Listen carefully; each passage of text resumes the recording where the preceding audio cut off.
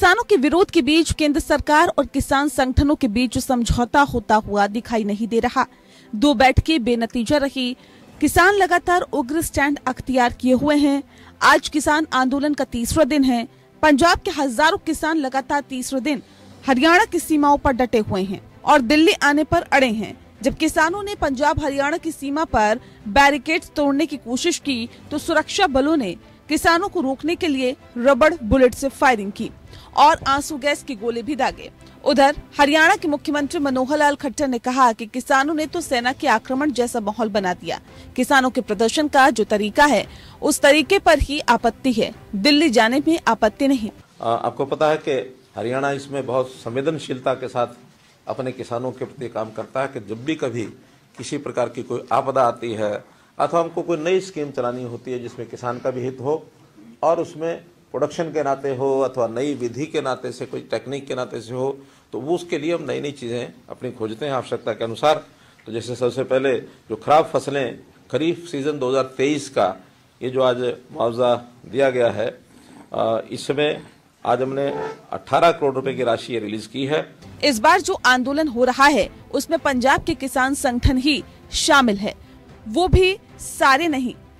गैर राजनीतिक संयुक्त किसान मोर्चा और किसान मजदूर मोर्चा फसलों के लिए MSP पर कानून और ऋण माफी सहित अपनी विभिन्न मांगों के लिए केंद्र पर दबाव बनाने के लिए दिल्ली चलो आंदोलन का नेतृत्व कर रहे हैं। किसान आगे बढ़ रहे हैं, ऐसा आप बोलते हैं, ऐसा नहीं है। आपका ये मिलिट्री रोक रही है, अर्धसैनिक फोर्स रोक रही है और किसान पीसफुली ढंग से दिल्ली की ओर जाना चाहते हैं। ये जो आप देख रहे हैं ये पुलिस नहीं इस्तेमाल करती, ये मिलिट्री इस्तेमाल करती है, जो हम आपको दिखा रहे हैं। और मैं आपको और भी चीजें दिखा दूंगा जो आज हमने नोट की है, जो आपके समक्ष रखनी थी।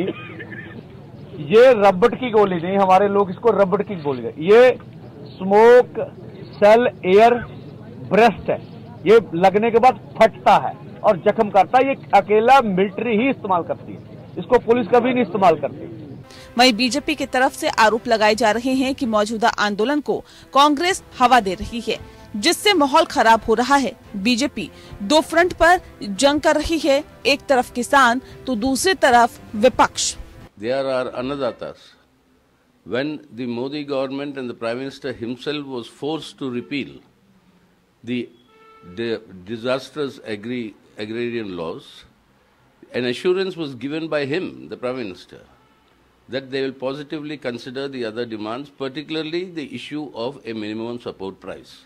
केंद्र सरकार की तरफ से केंद्रीय कृषि मंत्री अर्जुन मुंडा, केंद्रीय मंत्री पीयूष गोयल और केंद्रीय मंत्री नित्यानंद राय किसानों से बात कर रहे हैं।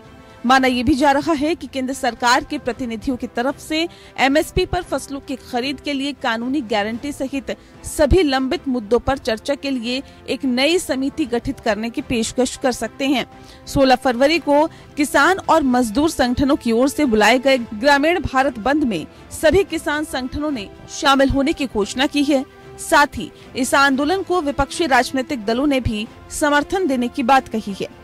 इन सब के बीच यही सवाल है कि किसान आंदोलन का लोकसभा चुनाव पर कितना असर होगा। Bureau report APN।